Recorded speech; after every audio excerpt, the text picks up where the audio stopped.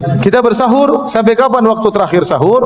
Waktu terakhir sahur sampai adzan subuh. Kalau adzan subuh sudah dikumandangkan, maka harus berhenti. Harus berhenti. Ini pendapat jumhur ulama. Kenapa? Karena itu limit batasan yang Allah berikan. Kata Allah Subhanahu wa taala dalam Al-Qur'an, "Fal ana bashiruhunna wabtagu ma kataballahu lakum wa kulu washrabu hatta yatabayyana lakumul khaytul abyadu minal khaytil aswadi minal fajr, thumma atimus siyama ilal lail." Kata Allah, sekarang di malam hari silakan gauli istri-istri kalian. Makanlah dan minumlah kalian sampai terbit fajar, sampai jelas benang putih dari benang hitam, maksudnya sampai terbit fajar. Setelah terbit fajar, summa atimus siyama ilal lail, sempurnakan puasa kalian sampai malam hari. Ini dalil tegas dari Al-Qur'an bahwasanya batasan kita bersahur adalah sampai terbit fajar. Sebelum terbit fajar kita boleh makan, boleh minum, boleh berhubungan dengan istri. Makanya Nabi SAW bersabda, "Inna Bilalan yu'adzinu bil-lail fakulu washrabu hatta yu'adzina Ibnu Ummi Maktum." Kata Nabi SAW, sungguhnya Bilal mengumandangkan azan di malam hari, azan pertama. Makanlah dan minumlah kalian sampai kalian mendengar azan kedua, yaitu azannya Ibnu Ummi Maktum. Oleh karenanya yang tersebar di masyarakat adanya imsak, pengumuman 10 menit sebelum azan, itu bukan berarti larangan. Tapi kalau ada pengumuman imsak berarti berhati-hati karena 10 menit lagi sudah azan. Masih boleh makan, masih boleh minum, masih boleh berhubungan dengan istri, masih boleh. Ya, 10 menit lumayan ya, bisa 1 piring, bisa 2 piring. 10 menit cukup lama. Kalau ente bangun terlambat 10 menit lumayan bisa makan dan minum ya. Waktu yang efektif 10 menit. Jadi selama belum azan masih boleh makan dan minum, masih boleh berhubungan dengan istri.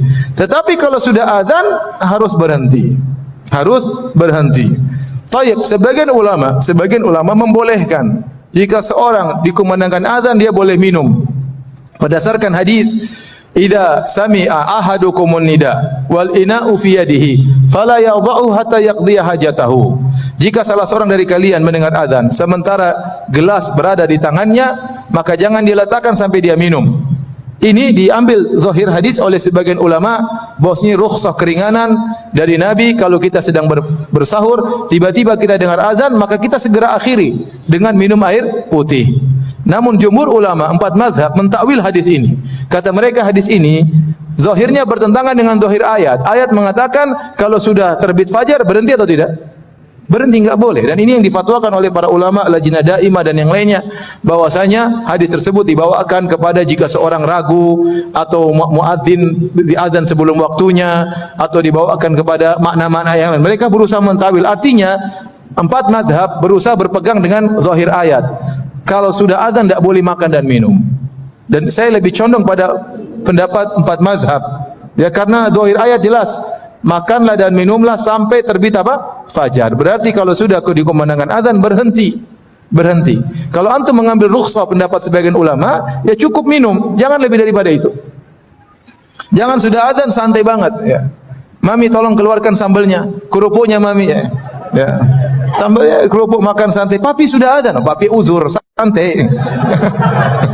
Enggak boleh kalau sudah azan selesai. Jangan macam-macam, jangan main-main, jangan sampai puasa Anda tidak bernilai di sisi Allah Subhanahu wa taala. Saya pernah diceritakan di sebagian tempat, sebagian pondok, ada ustaz sama murid-muridnya, mereka mungkin sholat malam bareng, kemudian mereka sahur bareng. Sudah dikumandangkan azan di sekeliling masjid, akhirnya muridnya mau mengumandangkan azan, kata ustaznya, sebentar, saya lagi makan. Jangan dulu azan. Subhanallah, enggak boleh ente ngatur azan ya. Kenyang dulu baru azan. Nah, kalau sudah waktunya azan harus apa? Harus azan, harus berhenti. Barang siapa terlambat bangun, ya sudah, dia bersabar, itu ujian baginya. Jangan dia nekat, sudah azan kemudian dia minum, sebagian ulama berkata batal. Sebagian ulama berkata itu batal. Ya. Sebagian ulama mengatakan rukhsah, yang penting minum saja, habis itu selesai.